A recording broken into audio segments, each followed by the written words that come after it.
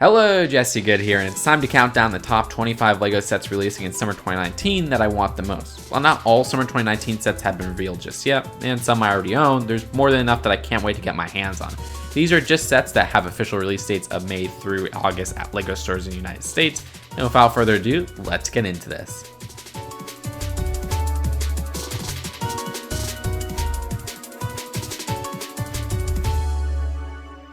Starting off the list is one of the new LEGO Jurassic World sets, the Baryonyx Face-Off Treasure Hunt. While I think this set should be $10 or $20 cheaper based on what's included, I love the new Baryonyx Dino, which is what makes the set so expensive. The side builds are cute too. I like the trailer attached to the Jeep, since vehicles with standing room inside are something I adore in the LEGO world, and the treasure hunting area, while nothing special, is a satisfying scenic inclusion. The minifigure selection is decent here as well, with some exclusive torsos and even a new color for the German Shepherd. Notice the VHS printed on a 1x2 tile, which might be exclusive. It has a very nostalgic and useful design in general. The LEGO DC Superheroes themed set builds have lost my attention in the last couple of years for the most part. It is usually Batman vehicles and a lot of the same. And sure, we've had the Batmobile a billion times before, but the summer 2019 Pursuit of the Joker set brings the version from the 1989 Tim Burton Batman movie to life in a new cheap way. It's a set I can display on its own without having to fill it with a display with bunches of boring Batman builds. My only two complaints come with the ugly machine gun design using the column 2x2 pieces and the inclusion of only 2 minifigures for a $30 set. The only interesting minifigure here is the exclusive Joker, but it's alright since I adore the build. This is a year of LEGO amusement sets, and the Fairground Carousel is a super fun addition to go alongside my Creator Coaster. Unlike the Toy Story 401, which I think is the only other spinning ride I own, it doesn't look like complete crap. Alright, kidding. I do like the octopus spinning ride, but this one has so much more detail to it since it uses a lot more pieces and isn't a 4+ set. I love the theming. It's a UFO sucking up some rockets and a cow, and I plan to buy 2 of the set even though the $50 price tag is steep since there's a drop ride alternate build. I'll save that build for when I find a copy on clearance. I guess that rumored direct-to-consumer freefall tower isn't coming after all. I'm always a fan of the People Pack LEGO City sets, but the one for space and research development might be my least favorite, but that's okay. It's still great, and there's 2 coming out this year anyways. I think what makes me like this one less than the others is because the topic is a whole sub-theme this summer. I mean, the minifigure designs are more specific than random civilians, and similar to the ones found in a lot of other sets this wave. Still, I like a lot here, from the G-Force training machine, the treadmill pizza lure, and a new color for the Series 13 alien headpiece. As with most of these packs, there also seems to be a huge amount of new torsos and even some new head prints, but it's hard to tell which are exclusive to this set in particular. Still, with that consistent $40 price, I'll get this once I see it on store shelves. Actually, speaking of the new LEGO City Space sets, my favorite of this wave is the Lunar Space Station. I can't recall many LEGO space stations built like the one found in this set. I'm drawn to sets with vehicles that have standing space in it. While I wouldn't call a space station a vehicle, it fits that build to an extent. The interior is a bit cramped, but just enough to have numerous fun and interesting scenery throughout, like a pizza oven, bed, and treadmill. I also like its modular feature calling for expansion. I'm sure when it gets half off, I'll buy another one and expand the space station. I mean, it still would have been higher on the list if it was less than $60, but the design of this still feels so fresh. LEGO Friends is having a lot of great sets this summer wave. However, the only one I'll get at full price is the Heartlake City Restaurant. This set is literally the Olive Garden. Look at the logo, the color of the building. LEGO should have licensed it out at this point. Either way, the build of this looks awesome, my Olive Garden guilty pleasure aside. With LEGO Friends becoming less and less pink, it really helps me love this set. LEGO City doesn't get restaurants often, let alone with any detail like this. The build reminds me a lot of the Breezeway Cafe set as well, which I still haven't gotten completed to this day, only partially because I got ripped off on eBay once. There's an upstairs dining area, and the downstairs even has a bathroom and salad bar set up. I do wish it was cheaper than $60. The price is good, don't get me wrong, but I think if it was cheaper, it would be a little bit higher on the list. Cheap sets draw me in more so than the expensive sets, and that's the case with the LEGO Ninjago Summer 2019 sets. Lloyds Journey is one of the smallest sets of the wave and one of my favorites. 15 bucks for a new wolf piece, this dope Blizzard Warrior minifigure with various dual molded ice armor, and a new Lloyd with a cute generic build? Yeah, count me in, since I doubt I'll get any of the expensive sets. Sorry, Wolf Girl. The Hungarian Horntail Tri-Wizard Challenge is a much wanted remake of a 2005 LEGO Harry Potter set, which unlike the Graveyard Duel, I had the original growing up. I don't think I ever built it, back then I would just use the sets for pieces. This version is a decent remake in my opinion, but my interest of it has waned. I didn't notice it at first, but my mom, who's a huge Harry Potter fan, pointed out that the Hungarian Horntail design in this version is a lot weaker compared to the 2005 version. There's so much less bulk here, the head is an existing piece, and because of that, it doesn't really give off the horntail appearance. I get it, it's to keep the price of the set down, avoiding expensive new molds, but the more I thought of it, the less I wanted this set. I would have preferred if they made some super specialized piece like Smog, but the price of this set would have risen from 30 bucks to like 50. Beyond the dragon, I love the very specific exclusive outfits for the wave. It still blows my mind that we're getting 2 Crumb figures this wave and 3 Fleurs. LEGO's really dedicating space to some smaller characters. Still, I'm looking forward to picking this up to go with my Harry Potter display, where I'll add a Goblet of Fire shelf. You may think it's bad, but I think the build of the Hidden Side Graveyard is better than the build of the LEGO Harry Potter Graveyard coming up on the list. This is $10 more after all, and that gives it room to have some really interesting scenery. Not only the graves that remind me of the Monster Fighter zombie set, but there's this cool tree monster in Molosseum. The minifigures included aren't as interesting in an exclusive way as the Harry Potter one, except for the ghoulified Gravekeeper. That seems to be a new hairpiece altogether. It also seems to appear in the school set. Overall, it's hard to go wrong with any of these Hidden Side sets, and the Graveyard is an example of the fun packed in this theme. With this LEGO Harry Potter wave focusing on the Prisoner of Azkaban and the Goblet of Fire, it was shocking to see one of the retail exclusives be the Bo Batten carriage. There's no Merpeople set, or even the cooler rival school vehicle, the Durmstrang ship. Instead, a carriage, which we got a Wizarding World carriage last year that was much more interesting and cheaper. But honestly, the more I thought of it, the more I liked it, because it is so surprising. It's the only set this wave or even of the last wave of Harry Potter that has never appeared in LEGO form before, and admittedly, it has a really neat fold-out feature. With this wave, majority of the minifigures are new and exclusive to each set, but this might have the best selection of obscure characters and outfits, like Fleur's sister. Fleur in her primary outfit, both of whom use a new hair hat piece, and Fleur's face here is different from the other 2 sets she appears in the wave.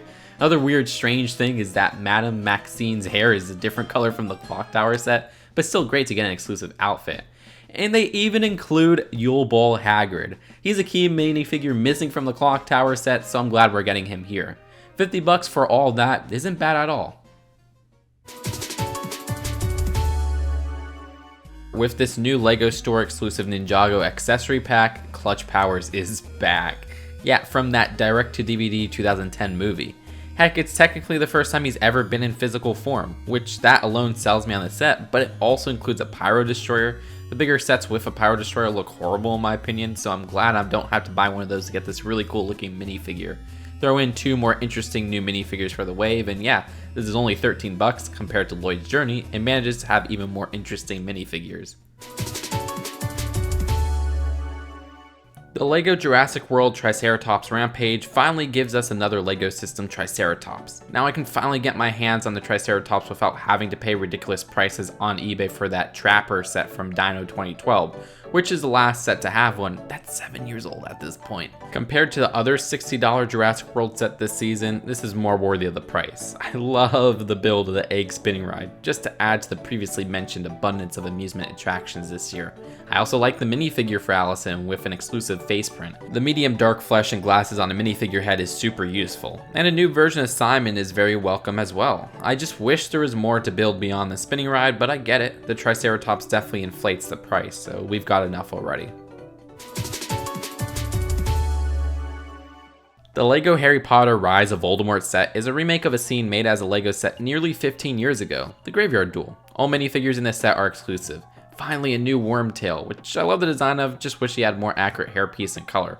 There's a new Death Eater, love that regular wizard hat in black, and a new Voldemort and Harry minifigure in pretty iconic outfits. Even a little baby Voldemort is included, which is probably my favorite figure in the set. The Tom Riddle grave is fine. I mean, I wish it used bricks more so than plates on the ground, but I guess there's some play features going on here, and that's it for the build. The grave to the side is cool, but there was so much more in the original Graveyard Duel set. A Molosseum, a carriage, a bunch more graves.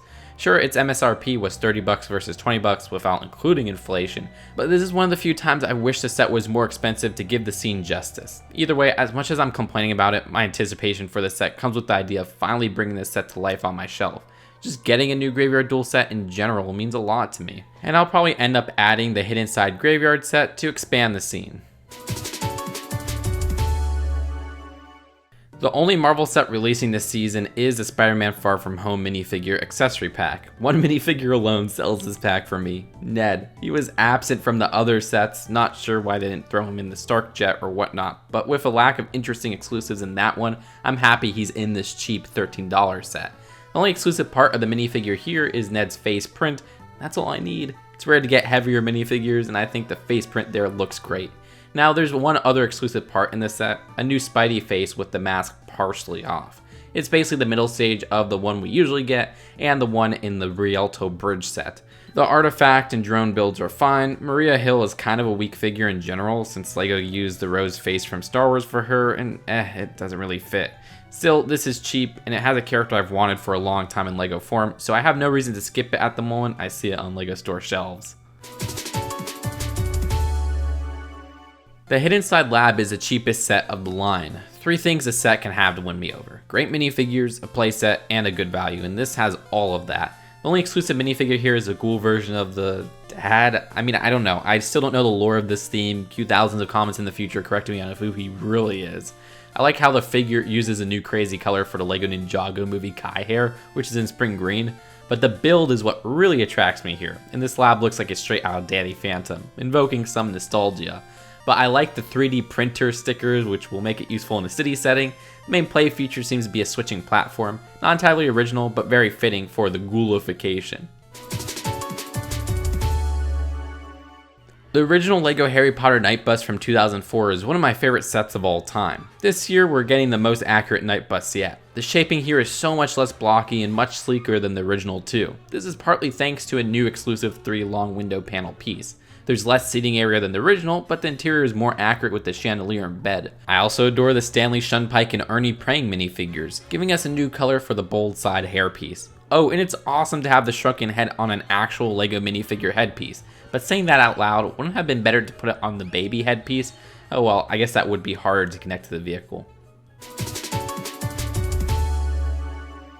The LEGO Harry Potter Expecto Patronum set finally gives us the first Sirius Black minifigure in 15 years, and our first ever Stag Patronus, which is such an interesting looking new piece. I love its translucent sparkling blue molding. The other figures in this set, while not exclusive, are perfectly accurate to the scene. Sure, the build is just some trees, but dang it, the builds have effort and set the scene. All of that is exceptional value for a licensed $20 set with such a low price. There's no way I wouldn't buy this at my first chance. The LEGO Jurassic World Dilophosaurus on the Loose set gives us something I've wanted for a while from the Jurassic themes. Little gift shop. Yeah, I like the park-specific builds which have been primarily absent from the theme. I get the Roller Coaster Tycoon 2 vibe from the stand, total nostalgia trigger, but also the set has a new body piece for the Dilophosaurus. Previous LEGO Dilophosauruses have been way oversized. This fixes everything. And added an exclusive minifigure for Hudson, which uses a great new tan face print and casual Jurassic World attire, and for $20, this set is an instant buy. It's pretty clear this year's LEGO City summer lineup rocks, and the best builds are found in the Donut Store opening set. I love the coffee shop, the interior is quaint, and the exterior has an eye-catching fun design of a big frosted donut. It's the closest thing I'll ever get to a LEGO Lard Lag donut shop. But that's not the only awesome thing here. The toy store harkens back to one of my favorite LEGO builds, the Toys R Us store in that One City 2010 set. There's more. The TV van included is such an interesting idea that hasn't been present in any other LEGO City sets. The smaller builds are great too, like the little coffee cart and sleek taxi cab. And of course, the one thing I don't care for in this set is the crane. All these city square sets cram a crane in, which I'm sure is popular with the kids, but it doesn't suit my own personal taste. I think we can all agree at the very least that the crane is one of the least original builds in the set. Another consistent thing with these big city square flagship sets are the high price over $100. Some are flat out ridiculously priced. This is not worth $150. But guess what? The donut store opening set is only $90 in the United States. Sold, day one buy. Good job, LEGO, you're making LEGO City great again. If there's one LEGO City set better than the donut store opening this season, it's the Funfair People Pack. My favorite thing about LEGO are the LEGO minifigures, and there's so many new torsos, faces, and even new pieces for minifigures in general here. Like a new hair piece for Jang's child, a new rubber duck piece, new colors for the balloon animals, the new color for the top hat also in a Batman 4 Plus set, the new propeller hat edition also in the donut shop. I love this new face paint print, the new white color for the hat ponytail combo, the surprising new colors for the Diner Waitress Series 11 hair, the Superman hair's new color, the mullet's new color, a teddy bear new color, all these new colors, and the new torso prints rock. The builds are fun as heck. I especially like the strength game and ice cream stand. Again, another day one buy from LEGO City this season. Good job.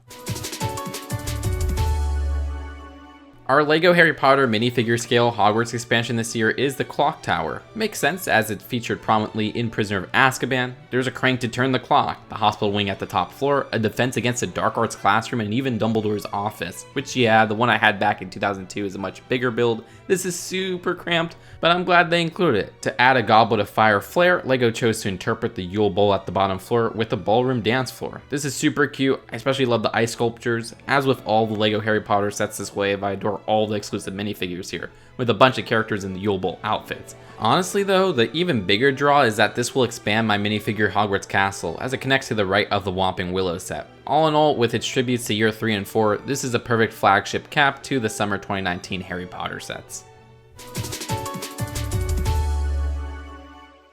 I'm so glad we're getting a new LEGO Harry Potter Hagrids Hut. It was the one and super important area from the first 2 movies that felt like it was missing in the first wave of the reboot last year. Alright, well, also the Chamber of Secrets, but that one I don't think they'll ever remake. It's gonna hinder the whole modular aspect of the current Hogwarts sets. It did make sense to hold off on the Hagrids Hut though, since this version is clearly based on Prisoner of Azkaban. Sure, I would prefer it to be fully enclosed, but I get it. That would totally make the other builds inconsistent in this reboot theme, as they all have open backs. It would also raise the price, which at $60, yeah, this set is pricey. But at the end of the day, in terms of accuracy, I think the exterior here is the best yet, with both sections of the hut being featured more prominent than ever before. The interior is fine. I mean, what I liked about the others is that they were packed with secrets. There doesn't seem to be any in here particularly. It's really straightforward. But for the minifigures, the new Buckbeak is an awesome and much welcome piece. The new Hermione is adorable, and they even included the Executioner. Alright, it's super dark, but I guess it's fine if you know how Prisoner of Azkaban plays out. While it may not be the best deal out there, and the interior may not be great, Hagrid's Hut is the one thing sorely missing from my current Harry Potter display. I'm glad we're finally getting another one, and that's why it's so high on my list. I'm so glad there's a set like the Hidden Side High School coming out. For so many years I've asked for a LEGO school. The closest we've had is the LEGO Friends High School from 2013, which I do like that set, but the build for Newberry High blows it out of the water. Sure, it's $130, but the gorgeous red brick exterior fits with any LEGO city. You guys know my favorite types of sets beyond licensed themes are anything civilian-centric. The set is filled with the necessary classroom, cafeteria, library, and even a bathroom. But with some simple eye additions, with hidden claws in the wall, the school switches to a ghoul. So spooky. Beyond the beautiful build, there's some great minifigures here with the new student design and some ghoulified teachers. I can't wait to get my hands on it.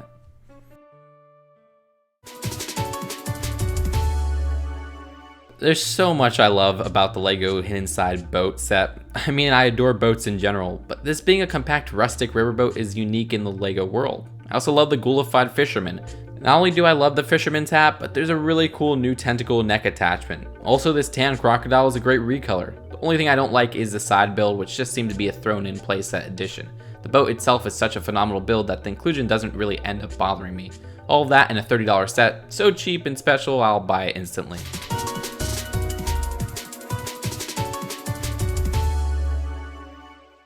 And my most wanted set of the summer 2019 season is the Hidden Side Diner. Growing up in Florida, I love seafood. I can't think of many times, if ever, we've had Lego seafood restaurants. No, not a restaurant under the sea.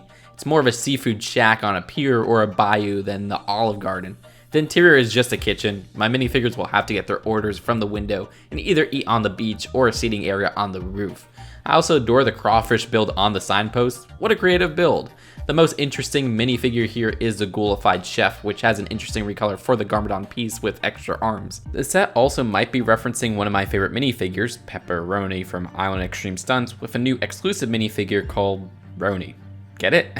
But to be transparent, I have two gripes with this set. First, I wish it was cheaper than $60. Second, it seems like there's no seafood included with this set unless you count the crab found on the signpost. Despite these gripes, at the end of the day, this isn't a list of the best LEGO sets coming out in this summer, but rather the ones I want the most. And this set fits that title. Maybe it's a unique build, maybe it invokes that nostalgic feeling in me of getting food on the beaches of South Florida, but I can't wait to get my hands on it. And I want to hear what sets you guys can't wait to get your hands on. Leave your thoughts in the comments below. This video is brought to you by my loyal Patreon supporters shown on the screen. It wouldn't be possible to make content like this so timely if it wasn't for them. Click that card if you're interested in becoming one. Subscribe to keep up to date with more content like this. Either way, I'll see you guys later. Peace out. Bye.